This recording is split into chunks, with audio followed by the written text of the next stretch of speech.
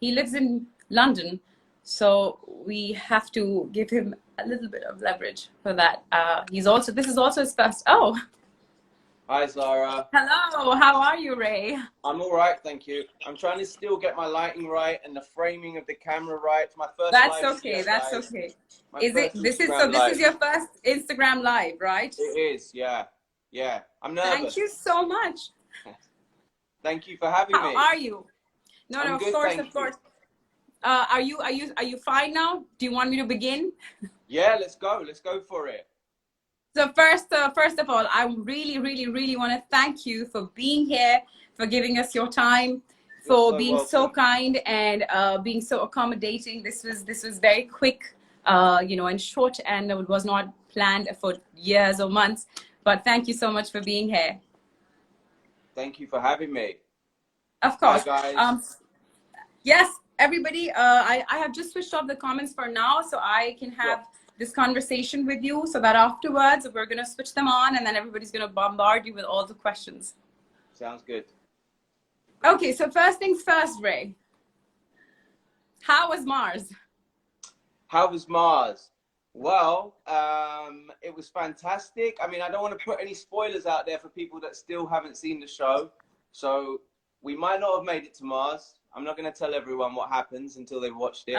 But the show in general was incredible. It was an amazing experience. It was an amazing experience to be part of something that was putting, such a positive message out into the world. And the story was about humanity coming together for something so much greater than ourselves. And so the show was just a joy to be part of, really. It was a joy to watch. I am extremely sure that you guys must have had a blast out there. If I am not wrong, this show was shot in Vancouver. That's correct, yeah. Right, and you all flew and left your houses and families and everything and went away to shoot this. Yeah, so it was almost like this weird parallel that all the main actors were really from out of town. So we all sort of left our families behind and we were in some respects going away from people. And then that was all reflected in what we were doing as the show as well, and of course we were communicating back home with people through FaceTime and stuff like that. And that's what we were doing on the show. And then post the show, But one more thing, I learned that your show was shot before the global pandemic hit, right? Absolutely. We wrapped about 3 weeks before. Yeah. So do you think that somehow or the other, you all were prepared of how life is going to be in lockdown? In a weird way, I was, because I was so far away from home for 8 months while we were shooting the show. And I remember when I first arrived in Vancouver, I had this incredible sense of loneliness. Like I didn't expect it. Like you take for granted what you have when you're with your loved ones and your family at home and your friends. And then I was going away for the longest period of my life, away from all that. And I was away for 8 months. But the first few weeks of arriving in Vancouver, I just felt lonely. And it just came out of nowhere. And I had this incredible sense of loneliness, which was amazing because my character in the show is lonely in the world. He has no one to love or no one to love him. So I was able to kind of use those elements of what I was feeling in the character.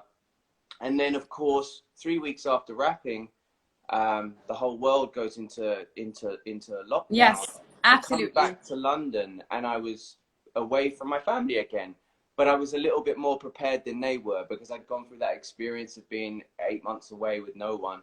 And so I just think it was like the universe preparing me really in a way to be prepared for what was to come in some sense. I have to admit here that, I watched all the videos online about the process that all of you took into consideration for your roles, and especially the wire work that you guys had to train for, because you guys were shooting in zero gravity. Please tell me how important that physical process was for you. And then, of course, we're going to later on talk about the mental process. But what about that physical process? How important and necessary was it for you? That was the hardest part of the whole shoot, really, because there's a number of ways that you can represent zero gravity on screen. And I think it was decided quite early on that wire work was going to be the way that we were going to do it.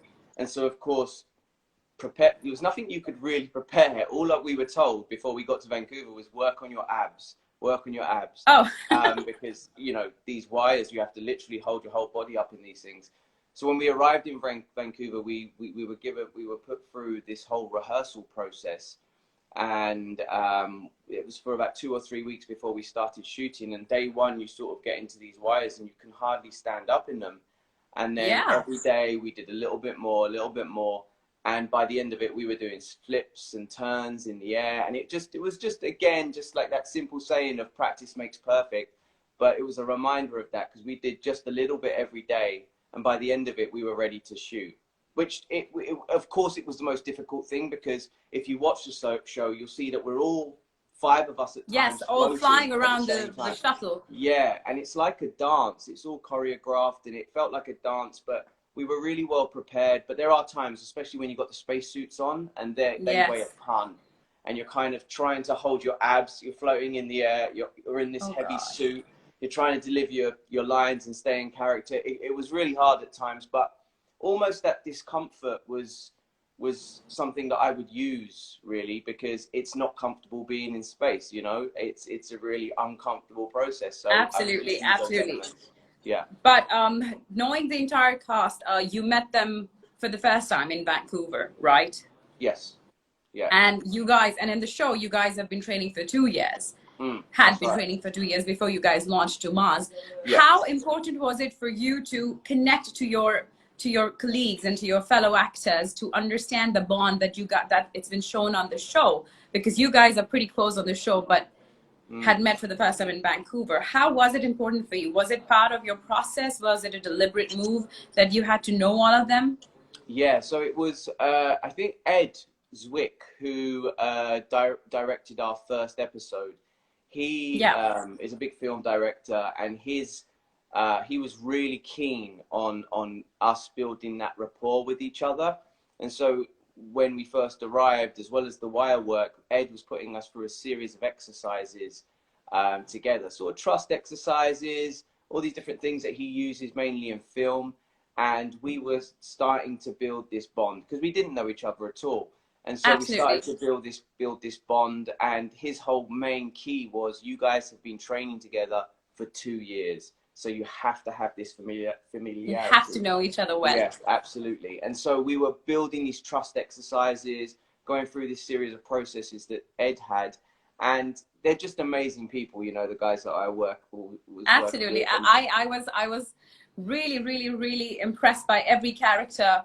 And every actor getting into that character. I also messaged Mark, and he replied to me, and he was super excited about the show being acknowledged globally. My question here now is, what do you think is that key as a writer? What do you think that there's this key that connects the audiences together on the same narrative globally? Do you think it is a single emotion, or it is a series of emotions that connects everybody? And what was it about Away that connected everybody? I think, first of all, it was the timing of it, I think, is really important. And secondly, I think there's a number of reasons. I think also the main thing is the world we're living in right now. It was about humanity, 5 nations coming together that have got earthly politics, right? And we all know about it. But these 5 nations were coming together. They were putting earthly politics aside and coming together for something so much greater than ourselves, something to better humankind. And that's what we all want, you know, that's what we, at the end of the day, absolutely, without any barriers, any you know, political borders. It was breaking barriers. That's what the show was doing. It was breaking barriers in a number of ways, in what it was saying in the show, but also what it was doing in terms of the culturally diverse cast as well. It was breaking barriers in its tone. It was breaking barriers in its tone, because in what we're used to right now, we're seeing so much darkness on TV. The news, for example, we're being bombarded with all this dark news, and this was the light at the right time, when I think the people and everyone wanted it and needed it. It was an uplifting show that made people feel good and made people realize we can all come together and we can put all our earthly politics aside, because actually, here's one thing, right, that all astronauts say, and we were lucky enough to talk to astronauts and use them. Yes, I believe that there was this consultant on board also who was an astronaut who worked on the script as well as with you guys, right? That's right. So Mike Massimino, who's been in space like a whole heap of times, and Mike said something to me which was the most profound thing that I heard one of the most profound things I've heard in my life. And he was open and said, you know, ask me any questions about space and what it's like to be up there. And I had this burning question to ask him: what does it make him believe when he's out in space? Like, existentially, what does it make him believe about us, about life? And he said he's been out in space with both people of extreme faith. He's also been out in space with scientists and atheists. And he says what tends to happen is that when you go out into space, whatever you believe, it tends to enhance it. So if you're a person of faith, it tends to enhance your belief in intelligent creation and God. And if you're of a scientific mindset, it tends to enhance your belief in a Big Bang theory and how all this came together, or whatever it might be. And I said to him, what do you believe? And he says, when I look at the beauty at the beauty of Earth from above amongst everything else, he says, I believe that to be the heaven that we speak about. And I just thought it was so beautifully profound, and I've never really thought of it like that. It's the one thing that all astronauts or anyone that's been into space says: the beauty of Earth is amazing. And the other significant thing is that you realize how borderless it is. There are no borders. We have created borders, man-made creation, and so you don't see those borders from space. And I don't know. The one thing I can come away from that whole shoot is, and sort of deep thinking about it, is that I wish we could get every human being to go out into space, at least once in their lifetime. Absolutely. Yeah. So you guys were simulating a lot of moves up there as well, right? We were what? Right. Sorry? You guys were simulating a lot of moves up there, right? Yeah. Simulating a lot of moves that you guys were supposed to be doing without looking at each other, right? What, during shooting, you mean? During shooting, oh, yeah. I see what you mean, like green screen stuff. Yes, without actually looking at the stars and the galaxy. So you guys had to simulate your imagination and then walk that way. I want to know about that first. I'd like to call it the moonwalk with Emma and Ram. The space. I want to talk about that experience. How did you guys do it? What was the process for that? Well, that day I remember really clearly, because it was actually my birthday, the day we shot that. Oh, and I remember it because we were in the studio, high up on these wires, and I just had a real pinch myself moment, because I was standing next to Hilary Swank in the studio, high up in wires, on my birthday, and I was like, this is a moment to remember. How did I get here? And so I remember that really clearly. And that day was, we're acting to nothing, essentially. It's pure imagination. And so there's moments where you feel like, I hope this doesn't come across really cheesy, or, you know, but you trust these filmmakers and these storytellers that you're working with, because they are sort of Hollywood elite, and they're, you know, master storytellers. But at the same time, I have to give you guys, you know, flip cards and awards for the eye work, because I thought it was all real. All I was watching through your eyes, or looking at your eyes, I thought you guys were in space. You guys were going to Mars. It was so elaborately conceived and processed in every character. I loved how you guys created that entire bond and that entire family up there. And one thing that always, you know, stayed with me was when you got sick in that show. Yeah. And how you created everything around you that you created. My question was, for people, I'm sorry for the ones who have not watched it, but I have to ask this. So Ram, Yeah. has very less family, not values, I'd say very less family ties on Yes. Earth, right? Yes. Yeah. How did he connected with Emma on that ship? Was it loneliness? I think there was a number of reasons. He connects with her mainly because she puts her life on the line for him during that episode. Essentially, Yeah. she does something that is against protocol, but she went with the instinct and leadership. And you know what's amazing about that whole episode? The parallel of what we're going through now in the world with this pandemic. Absolutely. My character suffered a virus and he had to be quarantined from everyone. But what enabled them to overcome it on the ship was great leadership through Emma. And bravery. And bravery, which is, and do you in also a think sense, that what we're lacking now in the world. But yes. she puts essentially her life on the line for my character, and I think that gesture, considering what's happened to him in his past, is a significant thing, and that gesture means so much to him, and that's where the connection comes from. She put her life on the line for him. Brilliant, brilliant. So talking about connection, you have been in this career for quite some time now, and your recent and latest work has been away, but you have done a lot of marvelous work before as well. As a brown person, breaking stereotypes in an environment that is highly competitive globally, how difficult was it for you to break all those racial barriers? I think it was, I don't know if I fully have yet, that's the thing, but I feel like I've made certain decisions earlier on in my career, and early on in my career, I came to the realization that I was never gonna be seen, and you're talking sort of early 2000s, I was never gonna be a leading actor because of my skin color at the time. It was like so unlikely. I was never gonna be, I don't know who was at the time, a Johnny Depp or an Orlando Bloom. I was never gonna be that guy.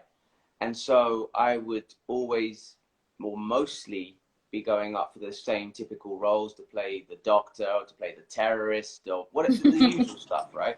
The usual, and, yeah. And I kind of made a decision early on that I wasn't gonna go for those typical roles, and I was gonna go against it.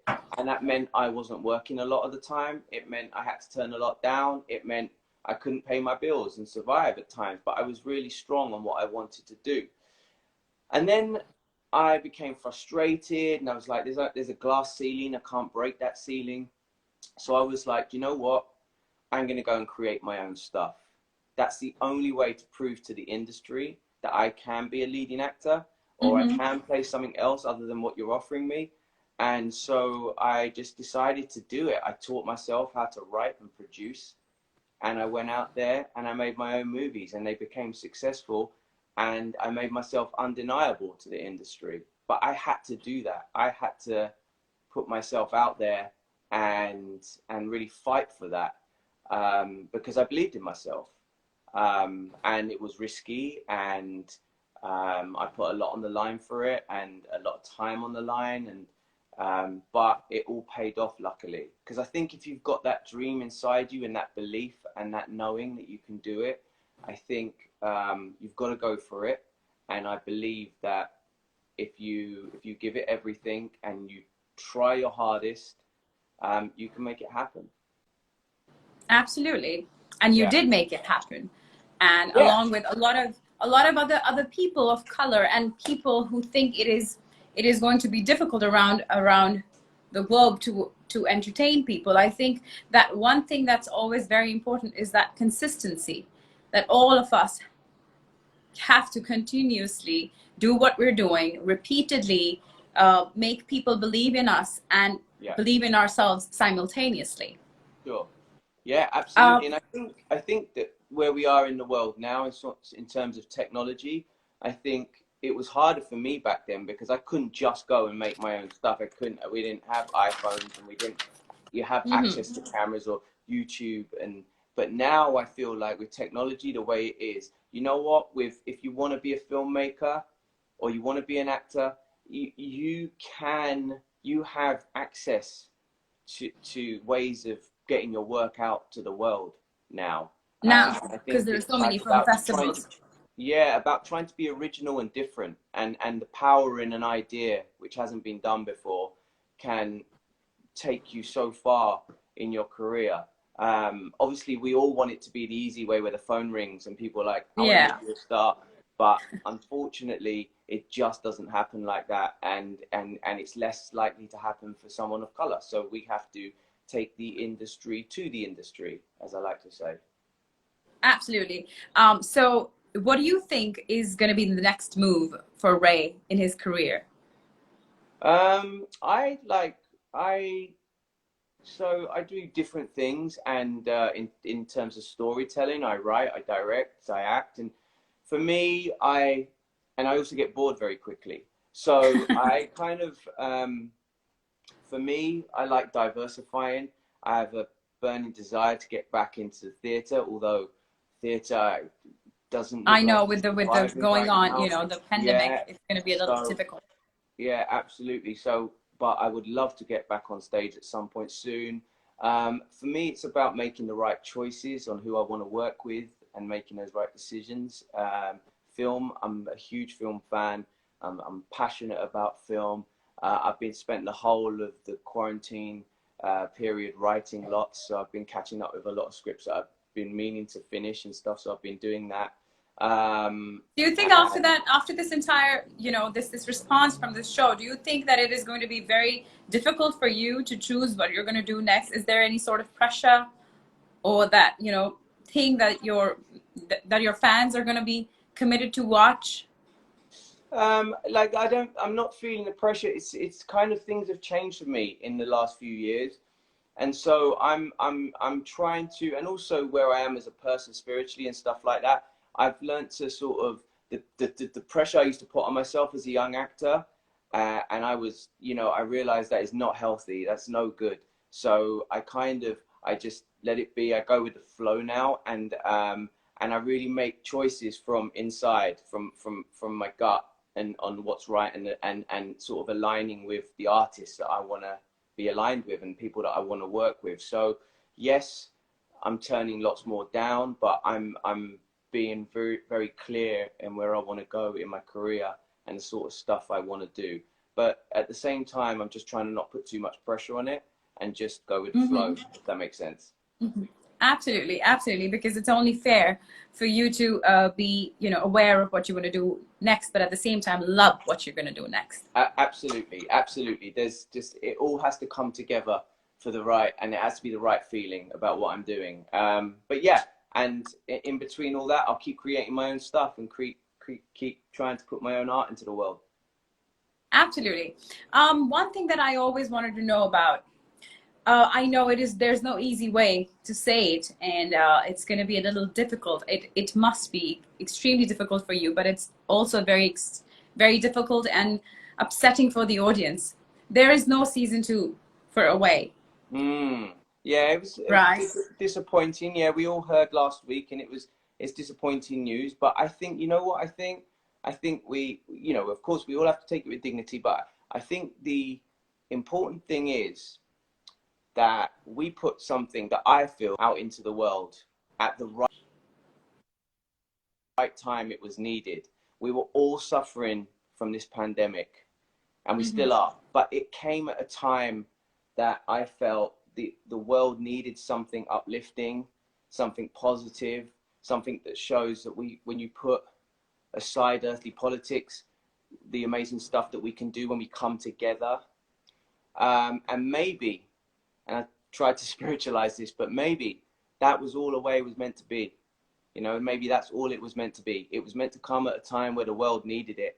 And so, you know what, I'm just glad we got the chance to do that.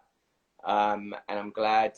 Look, I have received thousands of messages from people all over the world, people that have been so touched by this show, people that have said to me that they're going to chase their childhood dream. In middle age, they're now going to chase that childhood dream by watching that show, after watching the show.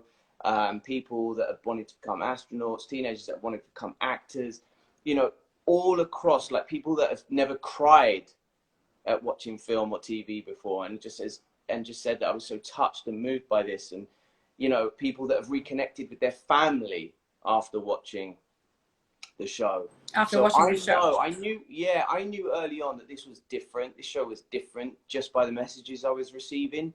And I knew that it was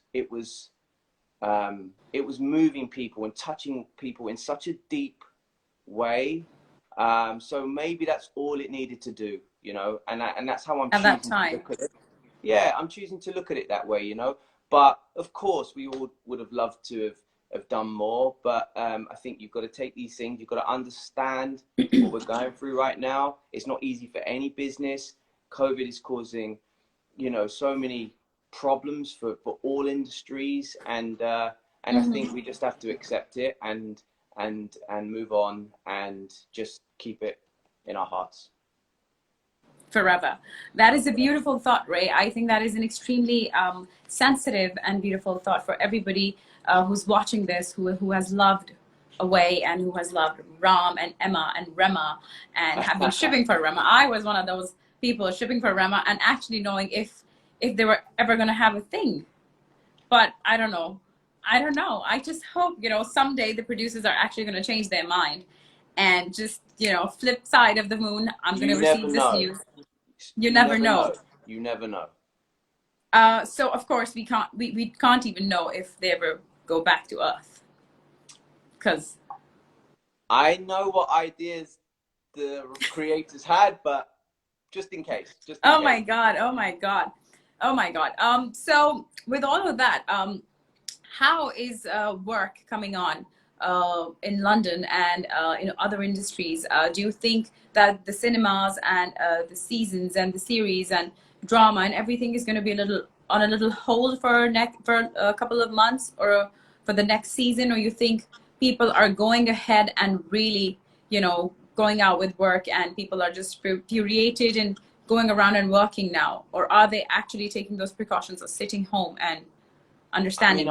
I can only talk from the film industry perspective, and I know that things are starting up again with lots of precautions in place, and things are obviously going to cost more to make and take longer to make because of all the precautions.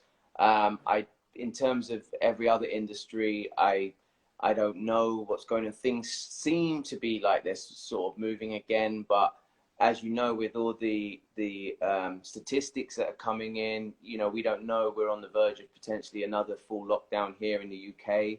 Oh, so okay. It's all, so everything, you know, when things feel like they're picking up again, something, you know, brings us back down. So it's all up and down at the moment. But I'm starting to hear that film is starting to move again. TV shows are starting to pick up again. So all we can do is really hope for the best, I guess. Hope for the best, absolutely. Yeah. I am so happy and escalated to have you here. You have been extremely supportive because all of those people watching the show right now have been very excited for you to be here. A lot of aspiring actors, your fans wanted me to go on with you and ask you about all of those questions. Thank you so much for your time. Thank you. I think this is very important for people like you to come across globally and tell artists to go ahead and reach for the stars and the sky. Absolutely. Just keep chasing those dreams and just keep picking yourself up. You're going to have, look, whatever you do in life, you're going to have knockbacks, but I believe that those knockbacks are all preparing you and almost testing you in a way. You know, I can talk from my perspective. And every time I've had something come in my way and I've picked myself back up, I've always looked back on it in hindsight, and beyond that disappointment or wherever it was, just beyond that was breakthrough. And so I almost feel like it's almost a kind of test for us when we feel at our lowest and we can't go on. Well, a lot of people give up at that point. Lucky for me, I'm sort of driven, and I've never stopped. As much as there's been times where I've really wanted to and I've never stopped, and I've picked myself back up. But every time I look back and I go, oh, I nearly gave up in that moment. Just beyond that moment was breakthrough. So I feel like it's just, for me, and I think if we all could all look back in hindsight, it would probably be a universal truth that every time you feel like that, just keep going that little bit more, because I believe that, you know, you can't see it, but I believe it's that almost that last test before breakthrough. Absolutely, absolutely.